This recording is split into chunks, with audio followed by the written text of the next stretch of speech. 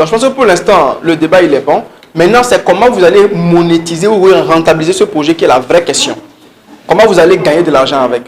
D'accord? Vous, votre projet, pour être honnête, il va vous coûter un peu de temps avant de le rentabiliser. Parce que tant qu'on n'a pas encore vu la première figurine sortir, on ne peut pas la vendre. Maintenant, quand elle sortira, combien vous allez la vendre et en combien d'exemplaires vous allez la produire pour un début, pour quel prix, pour quel marché. D'accord? Maintenant, une stratégie pour gagner de l'argent. Vous pouvez développer une page Facebook. Vous pouvez développer des rendez-vous, des rencontres pour rencontrer des personnes qui sont des passionnés d'Afrique, qui sont des panafricains, qui sont des activistes, qui sont des politiciens qui aiment le patriotisme africain, qui sont dans l'éducation nationale et qui adorent les choses africaines. Puisque ce que vous voulez proposer aura une incidence sur l'éducation, parce que vous voulez faciliter l'acquisition des connaissances et la connaissance, disons que des héros africains à nos enfants. Et moi, j'achète déjà cette idée-là. Vous pouvez également demander, donc tout ce dont j'ai parlé, ils peuvent vous soutenir en amont. Vous pouvez leur demander d'être des parrains. Des gens qui sont déjà convaincus dans la cause africaine, qui vont être vos parrains. Donc vous apportez des ressources financières. C'est très malin. D'accord? Vous pouvez également rechercher des investisseurs. Les investisseurs, c'est des hommes d'affaires. Il faut arriver à les convaincre que votre projet va générer du revenu. Par exemple, si vous leur dites que vous allez vendre la figurine entre 2 et 5 000, prenons 2 000, déjà si vous arrivez à faire 10 000 figurines, par exemple Nelson Mandela ou bien Eto'o, ou bien, je ne sais pas, Thomas Sankara ou bien qui d'autre, pardon, Béanzin, et que vous le faites en 10 000 exemplaires en copie, comme c'est la 3D, c'est une copie en chaîne, un peu comme les Chinois le font là. C'est tout. Si vous vendez l'unité à 2 000, 10 000 exemplaires, ça fait combien? Déjà 10 000 fois 2, ça fait déjà 20 000. On prend 2 000, c'est 3 zéros. 1 zéro, ça fait 200 000, 20 millions. Elle est très rapide en calcul. Ça fait déjà 20 millions de CA. Donc, si vous pouvez promettre à quelqu'un que s'il met par exemple 5 millions dans votre projet, ça vous permet d'acheter l'imprimant et de produire, d'acheter les matières de produire 10 000 et qu'après il peut avoir 5, je veux dire 10%, 20%, 30% de son investissement, c'est que si la personne met 10 millions par exemple, elle aura déjà à 30%, elle aura 13 millions. C'est très intéressant. Si vous pouvez lui promettre 50%, ça sera encore 2 fois plus intéressant. Et les gens vont vous donner leur argent. Et vous leur dites, on vous paye dans un an avec 50%, 30%, 10% de profitabilité. Mieux, vous pouvez aussi aller vers les associations de parents d'élèves pour leur dire que nous, on veut apporter quelque chose de nouveau à l'école. Vous pouvez aussi aller vers les structures de l'État pour demander au ministre de l'Enseignement s'il n'y a pas des lignes budgétaires consacrées à la modernisation, au renforcement de l'éducation des enfants par ces éléments avec des codes africains. Vous comprenez? Donc, c'est autant d'endroits où vous pouvez aller pour gagner de l'argent.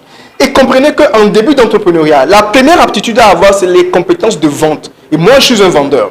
D'accord? C'est pourquoi déjà quand je cherche un projet, je commence par le prendre par la fin. Dans la poche de qui je vais prendre mon argent. Et il ne faut pas attendre de construire tout le projet avant de le vendre. Vous devez savoir faire son marketing, même quand c'est une idée. Faire rêver les gens de sorte à ce qu'ils acceptent de vous accompagner. C'est ça, le pouvoir de savoir vendre. D'accord? Donc l'une des premières compétences à avoir sur un projet comme le vôtre, c'est votre capacité à persuader les gens, à vendre du rêve aux gens et qu'ils mettent à votre disposition de l'argent. Même à un gouvernement, à un ministre de l'Éducation nationale, pour qu'il accepte de vous ouvrir les portes pour faire ce programme-là et pour que les enfants des maternelles puissent déjà commencer par avoir ça, quitte plus tard. Et moi, je pense que c'est beaucoup plus simple même de commencer par un manuel, un petit livret, avec ces images-là en entendant.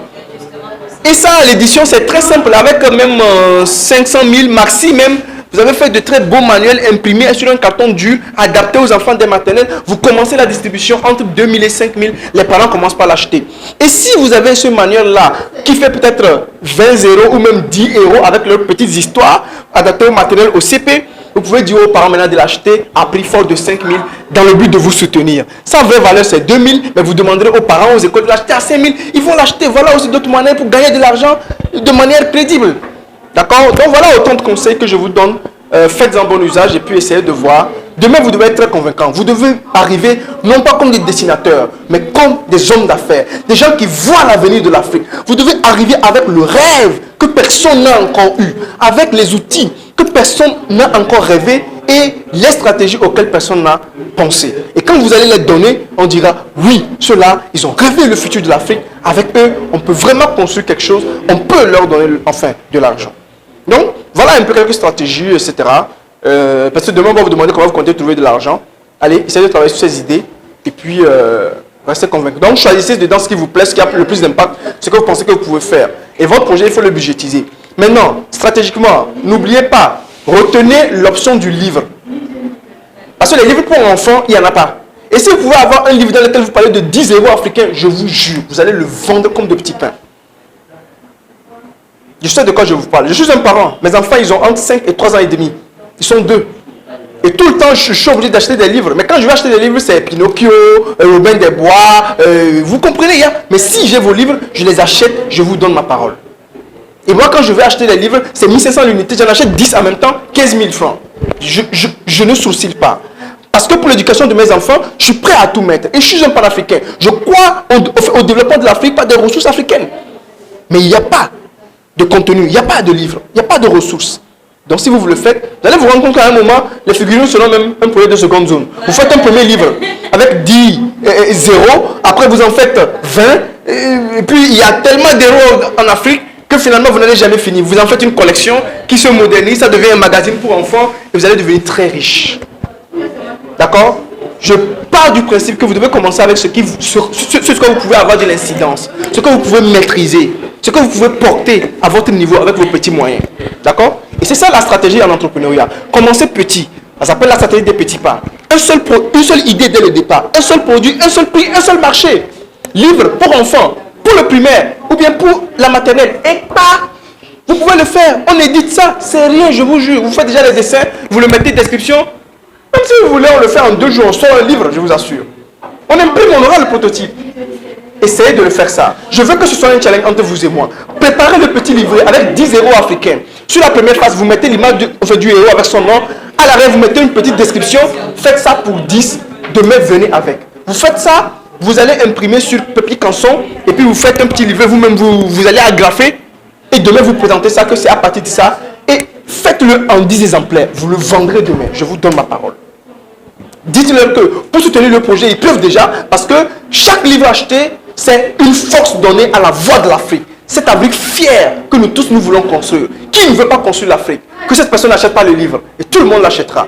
10, ça ne suffira pas. Vous aurez même des livres que les gens vont vous dire, écoutez, moi je vais avoir le mien. Faites-le bien. C'est rien. Vous le faites, vous imprimez. Mais pas sur du papier comme ça. Faites-le sur du papier canson. Vous en faites un petit livret. 5 pages, 5 pages. Ça veut dire que vous avez 5 feuilles, 5 feuilles. Parce que ça fait comme ça. C'est tout. D'accord? Bon courage. Merci.